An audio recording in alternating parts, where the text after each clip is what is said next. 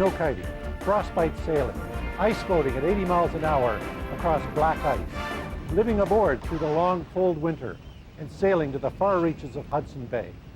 All part of this special winter sailing episode of Exploring Under Sail.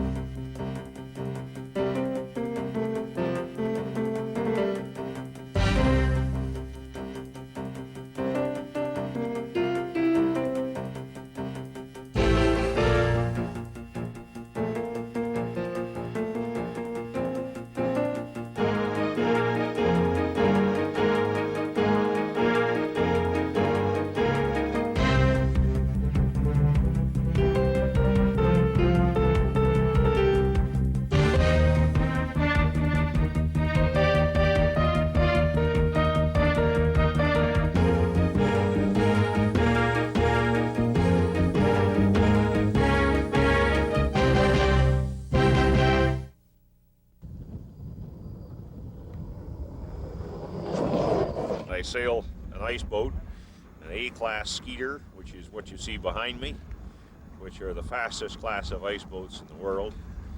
And on a really good day with about a 30-mile-an-hour wind, they've been known to get up mighty close to 100 miles an hour. And it is one of the most stupendous sports you've ever seen. The adrenaline level is unmatched by any other sport that I can think of. Most days the boats are sailing around in a wind that is usually in the 10 to 15 mile an hour bracket, and you go upwind at about twice wind speed, and you come downwind at about 135 degrees off the true wind at about 5 to 6 times wind speed. And they are the most efficient sailing craft known to man.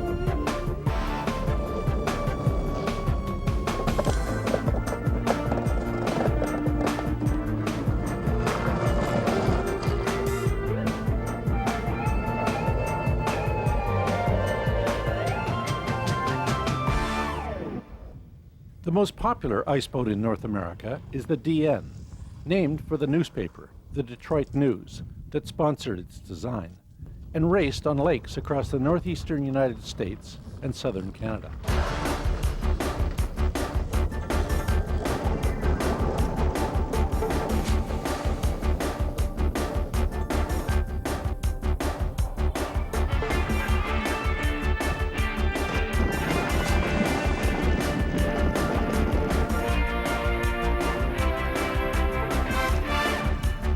Trying to impart the speed of ice boating on TV can be a dangerous business. Watch as our camera is pounded off its mount, falls to the ice, still filming the disappearing ice boats as it slides to a snowy stop and keeps on ticking. If the DN is the oldest design still sailed, the Ice Hawk is the newest. Craig Henry is an expert on the swift and simple craft. For a skillful jibe. Beautiful. Very nice, Craig.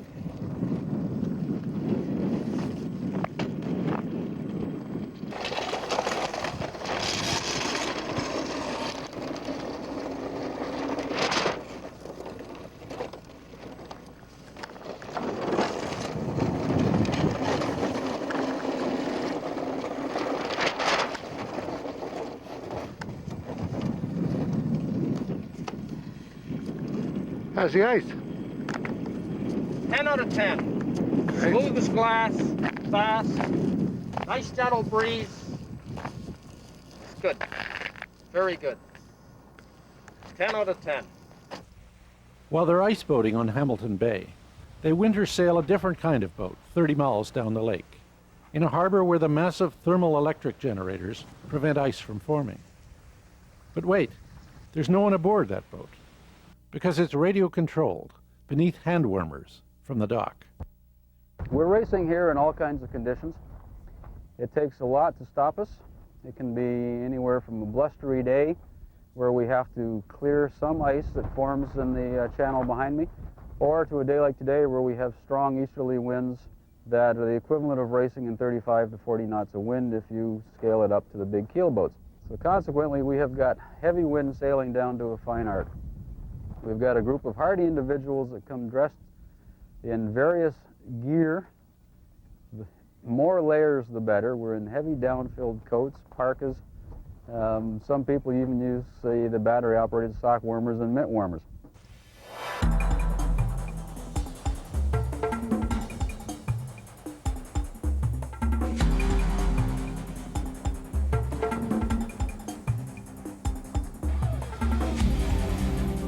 Because you are not on board, you have to sort out your sail trim, your wind conditions, etc. from shore, which adds another dimension. But it also gives you the ability to watch the chess matches that unfold in the water. Not only are you taking into account the winds, the racing, but in the tactics. You're also standing right next door to the skipper beside you, so therefore any protests can be resolved very easily. Usually the threat of being pushed into the water is all it takes. The boats are such accurate replicas of their larger cousins that one can almost imagine them as full-sized, fully crewed yachts, match racing together with the likes of Gary Jobson and Jim Kelly doing the play-by-play commentary. Thank you and welcome again to the fabled America's Cup, taking place for the first time ever in the frigid waters of Lake Ontario. Gary, is there anything unique to this America's Cup that we didn't see in Newport, Australia, or San Diego? Well, Jim, thank you. And of course, the first thing that comes to mind are the very tiny, almost invisible sailors that are operating the boats. Apart from that, the midwinter conditions, having frozen spray freeze the jib and mainsail into board-like shapes, is something we didn't have to deal with in San Diego. And just how are they dealing with this, Gary? Well, as you can see, Jim, they're going to use the very tight boom vang. Gary, maybe to help out non-sailors, you could tell us exactly what a boom vang is. Of course, Jim, the boom vang is the rope that comes down from the boom.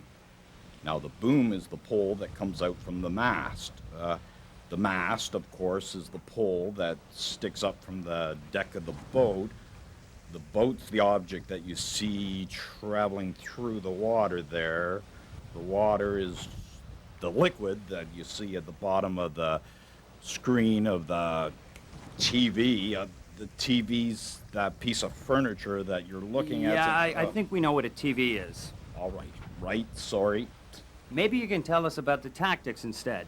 Perhaps I sometimes get carried away with my explanations. Perhaps you do. I'm just trying to help the non-sailor out there. It's not football.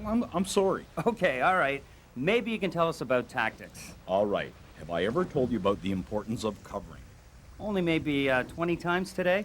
I guess once more would be fine. Oh, look at that great shot as number 190 leads everyone to the leeward mark here on frigid midwinter Lake Ontario, home of a new style of America's Cup.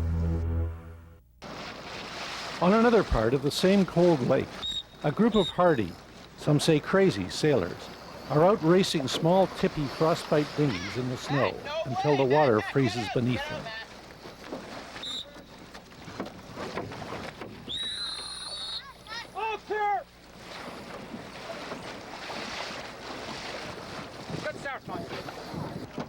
Do they get wet and cold? Well, you can't even launch these little boats until you do.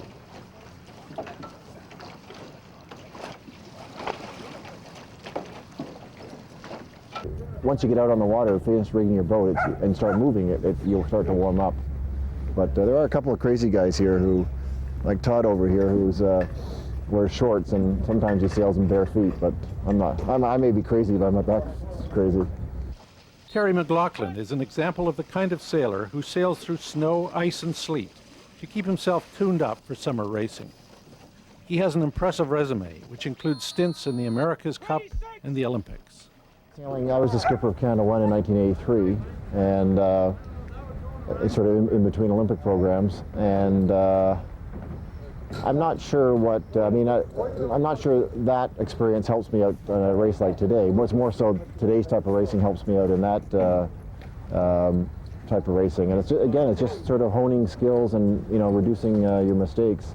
During my America's Cup program, I learned how to match race. And that helps you in fleet racing because when you got to pass boats, you sort of got to pass them one by one. So it helps to have a bit of a match racing mind. But it's mainly the key is learning in dinghies, learning in small boats like this, or maybe slightly bigger boats, getting the feel of the boat and how to make it go fast and in the different conditions. And then when you step on a big boat, you're much more sensitive to speed and tactics than someone who started off on a keel boat.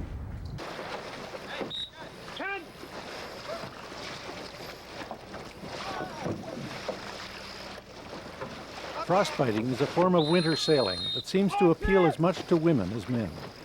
Both 26-year-old laser champion Tanya Wharton and her 46-year-old mother, Anna, compete every weekend, snow or shine.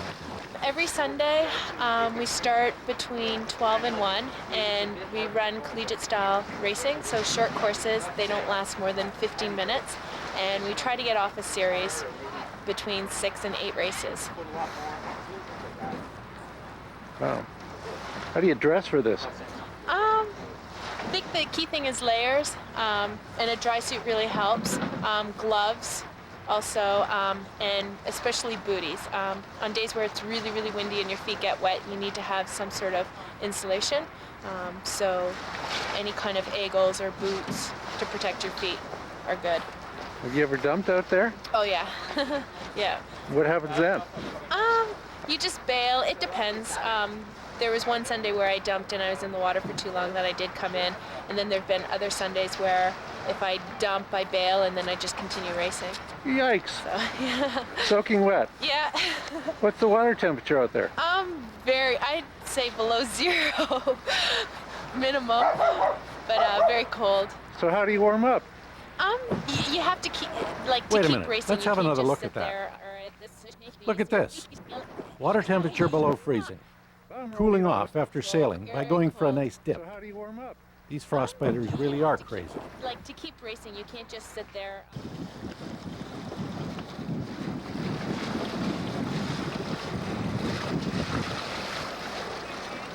It's a shame that in Canada we pack up our boats in, the end of September. It's December, and we're still sailing. That's what it should be like.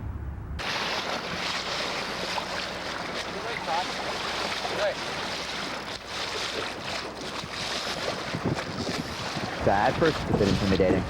I know there's people walking down the hill there. They see us sailing. They think it's crazy. But after a while, you realize that there's no problem at all. If you dress for it properly, you're fine. The winter sailors do get attention, with even a nautical Santa Claus showing up at their pre-Christmas regatta. And he's not the only old man on the sea. So you're You're a young man. Are you, what, you're 14, 15 years old? I'm the wrong side of 60, unfortunately. And I've been sailing since about the age of 13. This was just before the days when people were taught to sail, and there were no sailing schools in then. In those days, you just got hold of a boat and you just went out and messed around until you learned how to sail it. But sailing small boats is a thing that still fascinates me and probably will fascinate me to the day I die.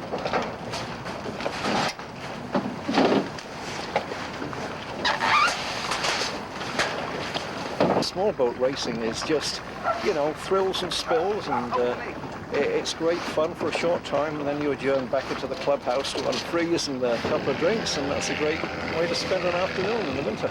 I got up at 3 o'clock and got all dressed. Richard Grebeldinger is another kind of winter sailor, one who spends not just Sunday afternoon, but all winter living aboard his 35-foot sailboat, Ragamuffin. About 3 years ago, we had a storm, an ice storm, and it was a gale and a half coming straight out of the east. And I came down to come aboard the boat after working at about 4 o'clock in the morning, and I couldn't get onto the dock. It was sheer ice. The wind was blowing about 50 or 60 kilometers per hour, and you just couldn't walk on the docks.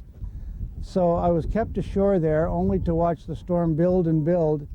And the only regret I had was that I couldn't get out on my boat and get my camera and stay aboard all day and just enjoy the storm. It was a fabulous storm.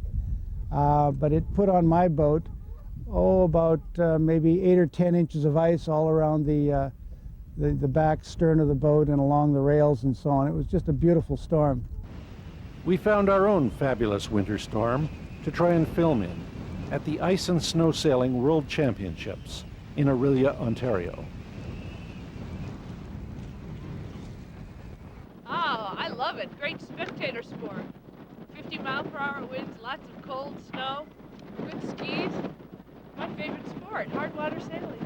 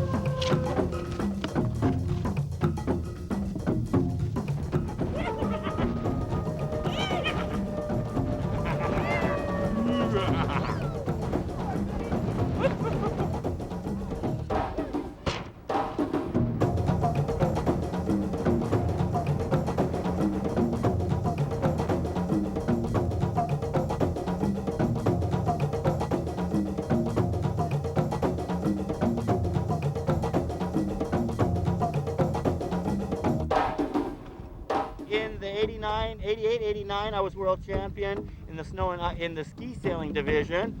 I've done quite a few numerous windsurfing type things as well as a few ocean crossings. So I'm all around a pretty rounded sailor. So where were you 2 weeks ago? Well, somewhere in the middle of the South Atlantic.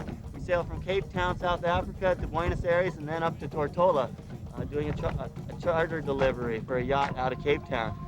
Then you jumped on a plane and came up here to the frozen north? Yeah, I went from warm 85-degree sandy beaches, beautiful girls, to cold frozen Eskimos. But it's well worth it to get some wind. 5, 4, 3, 2, 1.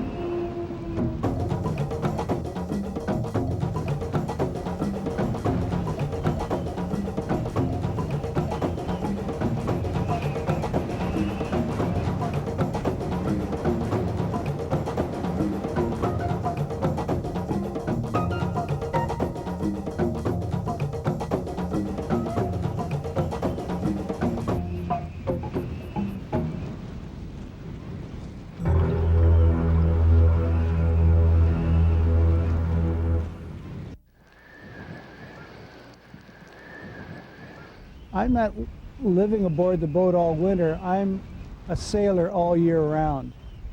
And a sailor, from what I've gleaned, they're all acutely in love with the environment. I mean, it's a love-hate situation. Sometimes the environment just kicks the heck out of you, but they're interested in being involved with the environment. And when you're aboard a boat, you are constantly involved with the environment. There's no doubt about it at all. The environment is all surrounding, omnipresent. We're probably talking 25 to 30 knots out here right now, and I'm real at home with that. My buddies who sail on ski sailors on the glacier are also quite at home with that. It's not at all out of the ordinary. Last week, on some of my warm-up days, we had 40 to 60 knots up on the glacier, so this is still quite light compared to what we're used to. All right, enough with the winter sailing. I am out of here. Back to the Caribbean for the next episode of Exploring Under Sail.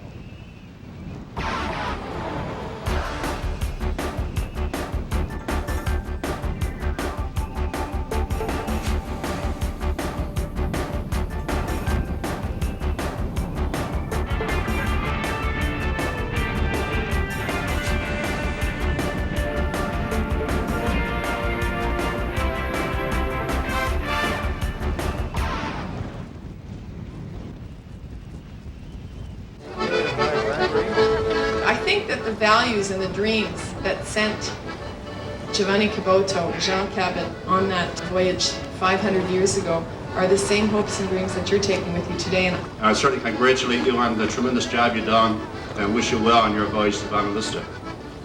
And what a salute as your craft meet fellow mariners from the northeastern U.S. in a massive wave of sailors in search of their own first sight of the Newfoundland. Like Cabot, Newfoundland flotilla participants are embarking on their own personal voyages of adventure and exploration. When North American sailors heard that a replica of John Cabot's vessel, the Matthew, was being built and sailed to Newfoundland for the 500th anniversary of his voyage, they joined in the celebrations by organizing a flotilla of 100 boats sailing from Toronto and New York to meet the Matthew in Buena Vista. Our cameras traveled aboard this boat, the Blue Dragon, a participant in the flotilla making the 2,000-mile journey to Newfoundland. Join us for Voyages to a Newfoundland in this episode of Exploring Under Sail.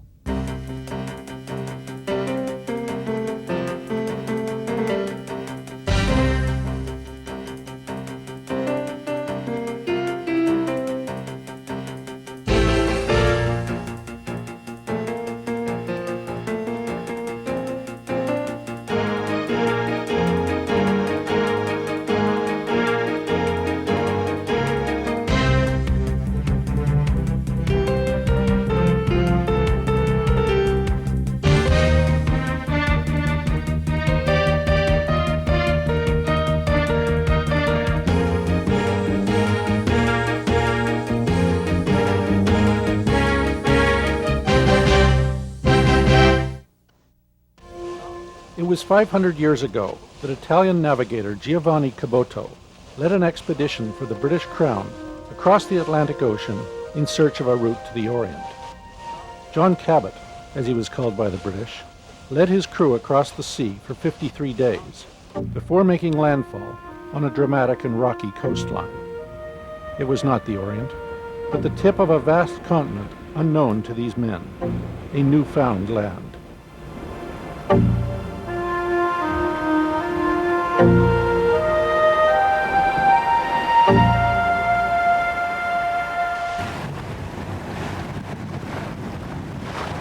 Bob O'Brien and the troops had a little display, and it was a map of the route to Newfoundland, and it said something about why don't we go to Newfoundland, and you know, the answer to the question is always, well, why not?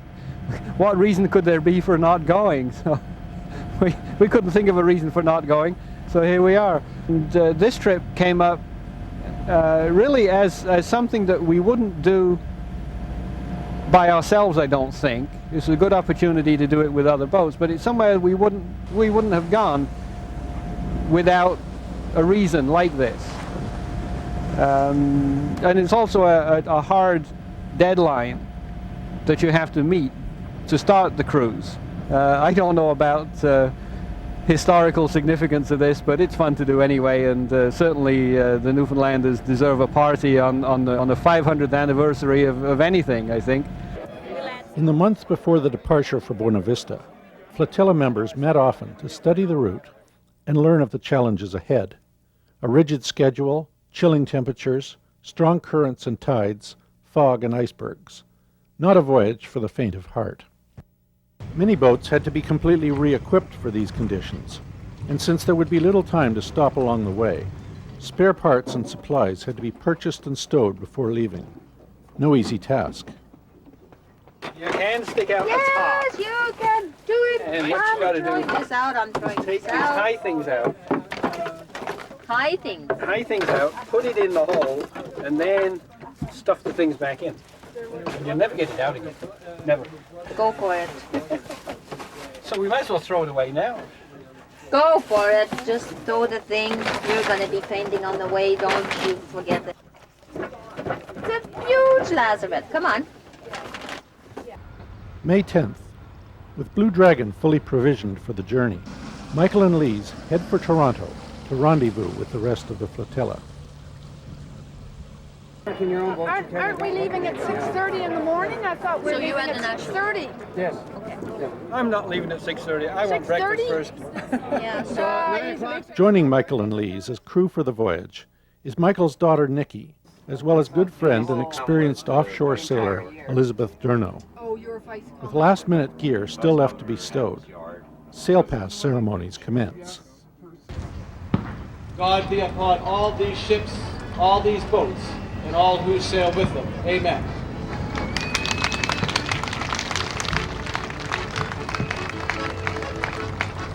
Commodore McNeil is taking the salute from the lead ship.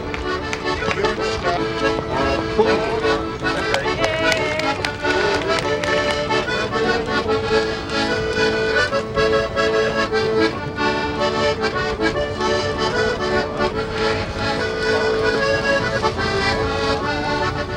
In order to make miles to Newfoundland in time for the Cabot 500 celebrations, the flotilla has a rigorous schedule, starting with an all-day and all-night sail from Toronto, down Lake Ontario to Kingston.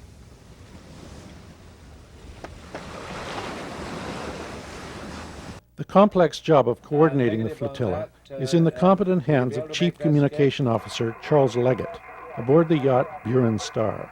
Thanks, Laurie, and we look forward to it. It's always nice to hear your voice, and we're on our way, old boy. Nothing more this end. I've got to get a shower and a shave, and I'll be back at 11. This is Victor Echo 3, Charlie Fox Lima. For experienced sailors like the crew of Blue Dragon, this is an exhilarating start to the voyage. Mood of my crew is up, bordering on giddy. We're having a great time here.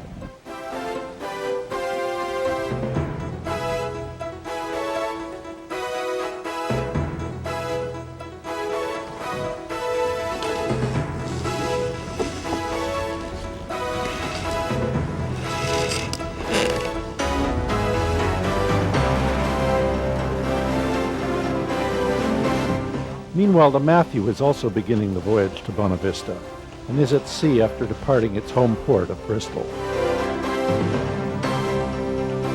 Well, I heard about the whole project about 5-6 years ago, so I was very interested in just the pure adventure of sailing a ship like this across the ocean. It's a different type of boating from what I normally do, which is high-tech racing boats. And it's quite a nice change and a challenge to do something different. So to be in charge of the ship is obviously a great privilege, and it's just been a great year and a great adventure. Back on Blue Dragon, the schedule is tight, and in order for the flotilla to get to Buena Vista and to outrun bad weather, Michael is forced to turn on the engine and motor sail down the lake to Kingston. The demanding itinerary is to become a challenge for flotilla members throughout the long journey ahead. I felt sorry for these people who were sailing behind us, and we were motoring. I thought, oh, I'm on the right vessel. Motor sailing, Let's please. just get there. Schedules. Schedules and sailing don't mix. You get nailed. From Kingston, the flotilla enters the St. Lawrence River, where there are many large ships heading for the Great Lakes. In the confined waterway, there are numerous close encounters between the small sailboats and the giant freighters. The next obstacle to overcome on the voyage down the St. Lawrence is a series of 7 locks. Never in the history of the Seaway have this many recreational vessels been locked through at one time. In the high wind, there are bound to be problems, but morale is high, and the group work as a team to get everyone safely rafted for the transit. As the flotilla travels along the St. Lawrence, the fleet is growing as new boats from both Canada and the US join in the expedition. From here on, the harbors are smaller, and it will be more difficult to accommodate this many boats at one time. But since most of the local sailors are still out on the ski hills, they do find space at the docks. Although the out-of-season start means easier docking for the large group, it is quite cold, and Elizabeth expresses her concerns about various aspects of the voyage. Oh, it's dreadful. Someone spilled orange juice on my sock, and the captain is just too much. He's always making strange demands. It's been a tough journey. He made me steer.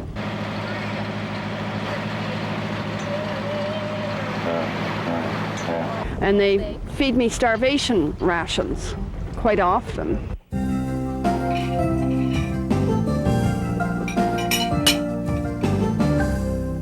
Aside from that, it's been splendid. How's the weather been? Perfect. Perfect for Newfoundland. It's good training ground in Ontario. We've had rain and wind. This will be perfect introduction to Newfoundland. And it gives me a chance to wear this lovely suit.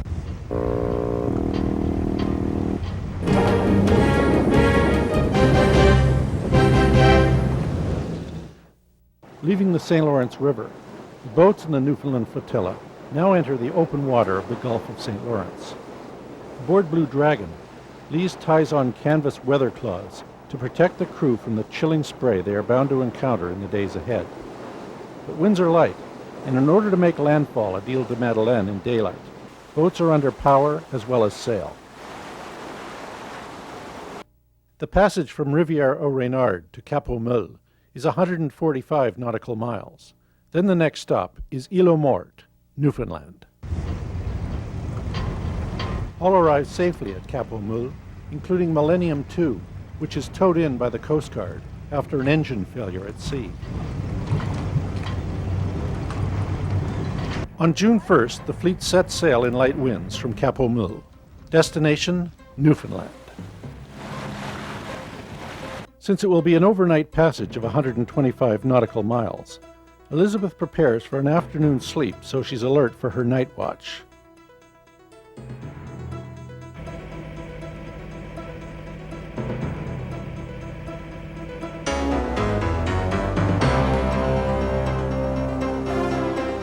It is the morning of June 2nd, and ahead lies a sight that flotilla members have been dreaming of for over a year, the coast of Newfoundland. Okay, Tom, thanks a lot, old friend, and we're looking forward to seeing you all in Burin. Had a heavy night last night.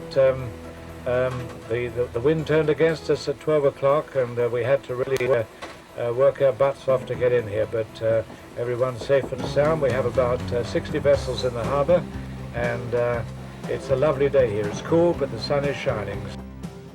The boats in the Newfoundland flotilla raft together in the protected harbour at Île aux Morts. And just in time. Soon there is a gale howling.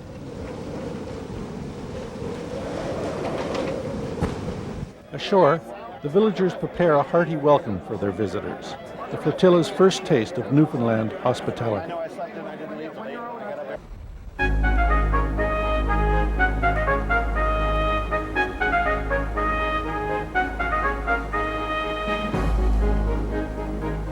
There are still many miles to cover to Buena Vista, and time is running out. Halfway across the ocean, Captain David Allen Williams and his crew aboard the Matthew make their way from Bristol.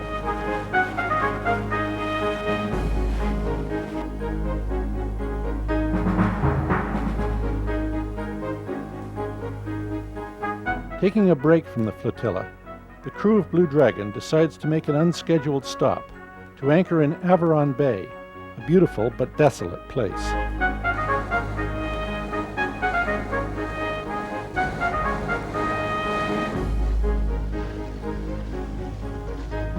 At the head of the bay, they anchor near friends on the splendidly named yacht, Humbug. The pace of the trip has been frantic, and it's a pleasant change to spend a quiet night at anchor.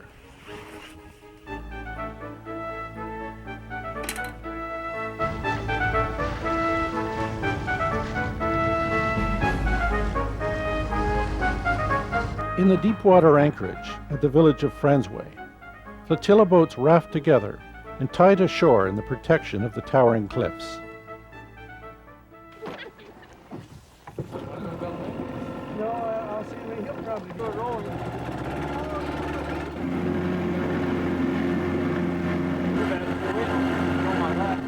Visitors are rare in this remote outport. The only way to reach it is by boat. The nearest road is nearly 100 kilometers away. Gonna hold that taxi there, boys?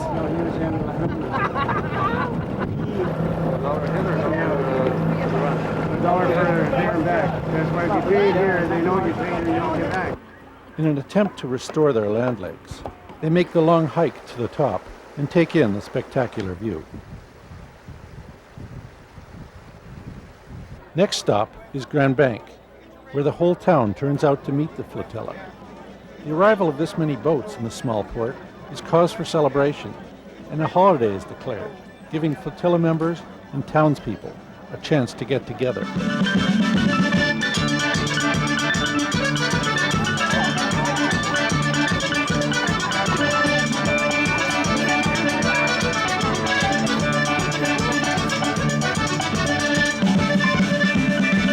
My name is Gina Leonard, and I'm from Grand Bank, Newfoundland.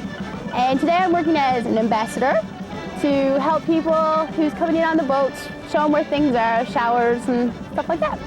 This is my friend Angela. Come in, Angela. And this is my friend Tina.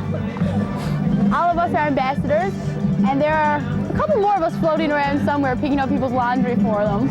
But that's about it. While the townspeople tend to the visitors' laundry, the community swimming pool handles the problem of providing enough showers to clean up this motley crew. There's no hand dryer, I forgot mine, but there's no plug, so we have to do what we have to do. But warm showers. That's right. Getting fuel and water to this many boats is another challenge, but using small-town ingenuity, the fire department handles the water requirements, and a diesel truck is brought in so boats can fuel right at the dock. Soon the flotilla is fueled and watered and is on the way to the next stop on their marathon voyage, a detour to the French-owned islands of Saint-Pierre and Miquelon.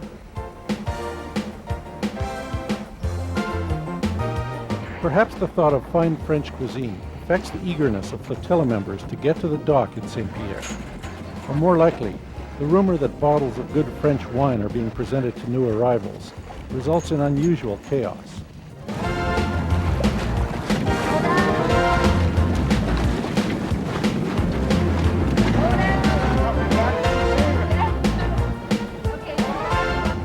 Fishing has always been an important source of income for the people in Saint-Pierre. But like communities in Newfoundland, they are feeling the pinch of new fishing restrictions due to the depleted supply in these waters. But fishing from small boats is still permitted, and Lise and Elizabeth purchase a fresh codfish from one of the locals. Parce que les clients aiment pas ça. Parce qu'il y a beaucoup d'os. Ouais. Oh. There's a lot of boning in that, but it's the best part of the fish. Yeah. Back on board Blue Dragon, Lise serves up a meal of fresh fish that hopefully tastes better than it looks. Here's your fish. No. Continuing on their voyage to Bonavista, the flotilla visits many villages that are facing hard economic times. In Trapassi, they speak to an out-of-work fisherman, filling his time building himself a traditional sailboat and dreaming of the future. Round the water all my life. On draggers, and fishing with my father. When I was 12-year-old, I was fishing in trap skiff with my father. Then I went working in the fishery, working in the fishery all my life. So I had to go to work in there ever since. Till the moratorium wasn't allowed to go to work anymore. The government told me I wasn't allowed to go to work anymore, so I went to work on my own build boat. tell you the truth, now, I didn't mean for it to be so big as this. In the woods and cut the materials to build her. And, the keel is 29 feet long, and I didn't want to go to cut it off, so I let her go whatever length it turned out. That's why I let her go that length. I guess she wouldn't be a Newfoundlander if it was laid on water, I don't think. One of the most persistent hazards to navigation that the flotilla encounters is the dense fog that forms over the cold waters surrounding Newfoundland. Blue Dragon is equipped with radar to help avoid collisions when visibility is reduced, but the greatest fear is icebergs. Many icebergs are too small to be picked up on radar, and if ice can sink a ship like the Titanic, imagine what it could do to any of the boats in this flotilla.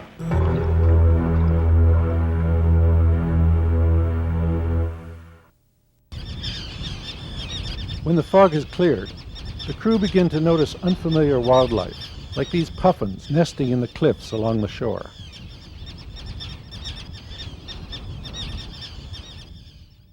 But the most exciting encounter is with whales. There's another one. Sitting Don't landscape. have a tail right now. Come on, you. Come on, come on, come on, come on. Ne'er-do-well Yes.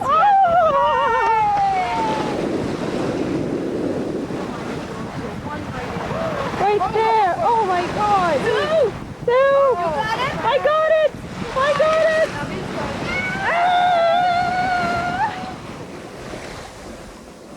it! Rounding Cape Race, the flotilla is met by a spectacular sight, a huge iceberg glistening in the sun.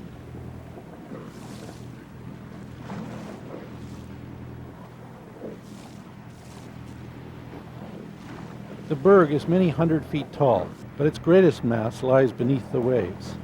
At any time it could roll over or break apart, so caution needs to be exercised when in close proximity. Later, they encounter this iceberg, surrounded by small pieces which go down well in a cold drink. We have to hold our glasses right up like this and go very quiet so we can hear the crackle. Of what? The crackle of the 1,000-year-old ice. At least. At least. From a bergy From a bergy bit fished from the Atlantic Ocean.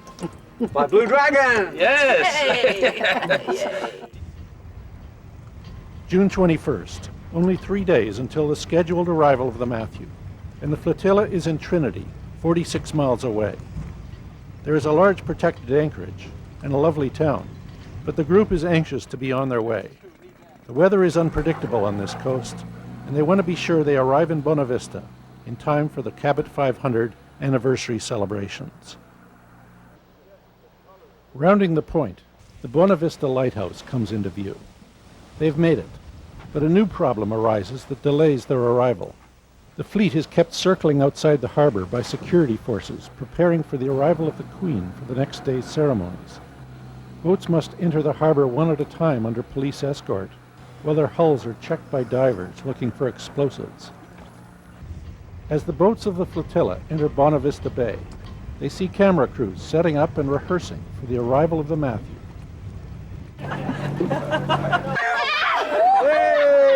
Don't get the pissing all over. Hey, cheers, Fred. Cheers. No, enough. Hospital. The morning of June 24th dawns gray and rainy, but spirits aren't dampened by the weather. People come from as far as Texas and England to witness the arrival of the Matthew and to join in the festivities.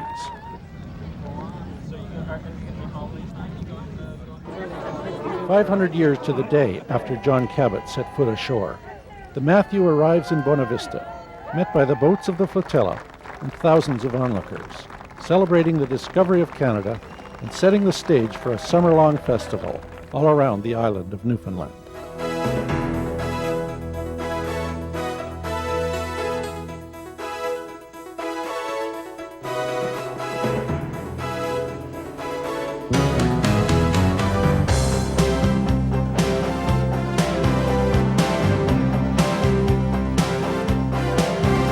Whipstaff here.